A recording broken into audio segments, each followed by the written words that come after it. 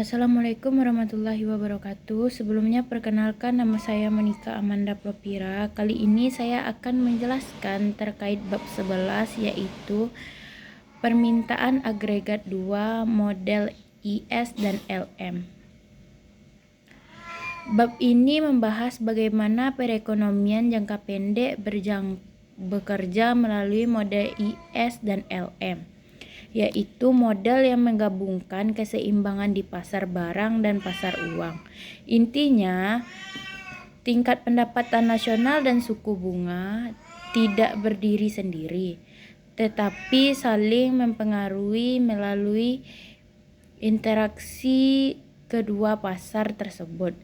Model ini sangat penting karena bisa menjelaskan naik turunnya ekonomi, atau disebut juga dengan fluktuasi, serta dampak kebijakan pemerintah.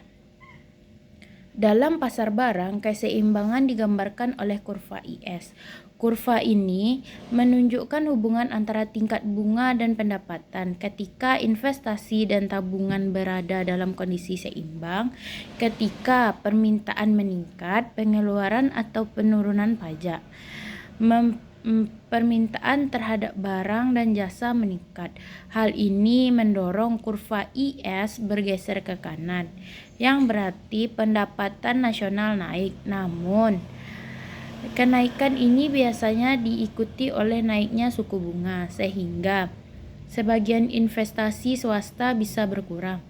Inilah yang disebut efek crowding out, yaitu ketika kebijakan pemerintah justru menekan aktivitas sektor swasta. Sementara itu, pasar uang dijelaskan melalui kurva LM yang menunjukkan keseimbangan atau permintaan dan penawaran uang. Jika bank sentral menambah jumlah uang beredar, maka suku bunga akan turun karena uang menjadi lebih banyak. Menurunnya suku bunga ini mendorong investasi dan konsumsi, sehingga pendapatan nasional meningkat. Sebaliknya, jika jumlah uang beredar dikurangi, suku bunga naik dan aktivitas ekonomi cenderung melemah. Oleh karena itu, kebijakan moneter sering digunakan untuk mengendalikan kondisi ekonomi secara lebih cepat. Dalam praktiknya, kebijakan fiskal dan moneter tidak berjalan sendiri-sendiri.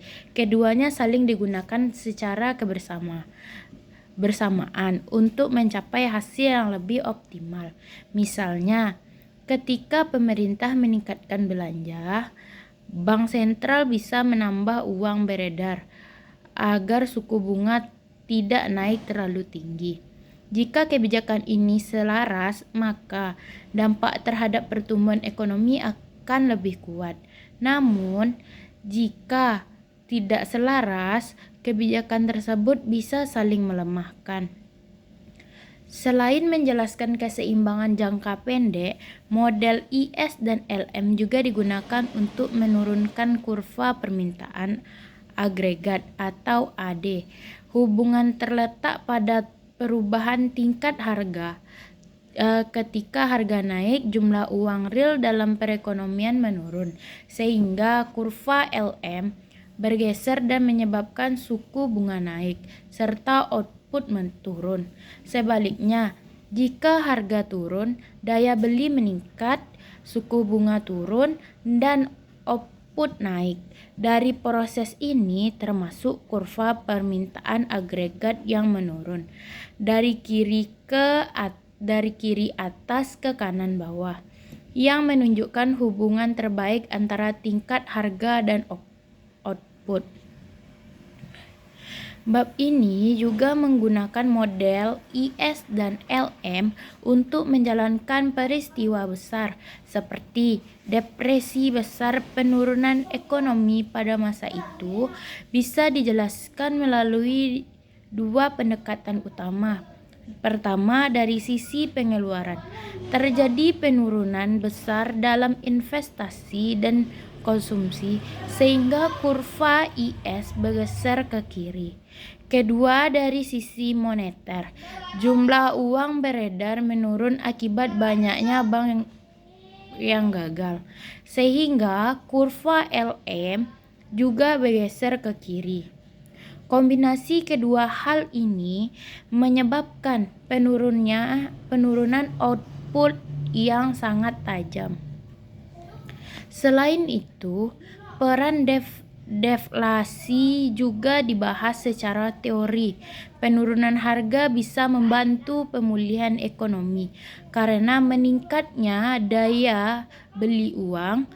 Namun dalam kenyataan deflasi justru memperburuk kondisi karena peningkatan beban utang. Banyak perusahaan dan rumah tangga kesulitan membayar utang, yang akhirnya memperdalam krisis. Hal ini menunjukkan bahwa tidak semua penurunan harga berdampak positif bagi perekonomian. Pada akhirnya, bab ini menegaskan bahwa stabilitas ekonomi sangat bergantung pada kebijakan yang tepat. Model IS dan LM membantu memahami bagaimana perubahan kecil dalam kebijakan atau kondisi ekonomi dapat berdampak besar terhadap pendapatan dan suku bunga. Dengan memahami metode ini, kita bisa melihat bahwa fluktuasi ekonomi bukanlah hal acak tetapi bisa dijelaskan dan bahkan dikendalikan melalui kebijakan yang tepat. Baiklah, hanya itu yang dapat saya sampaikan terkait materi ini. Mohon maaf bila ada kata-kata yang salah. Saya akhiri. Assalamualaikum warahmatullahi wabarakatuh.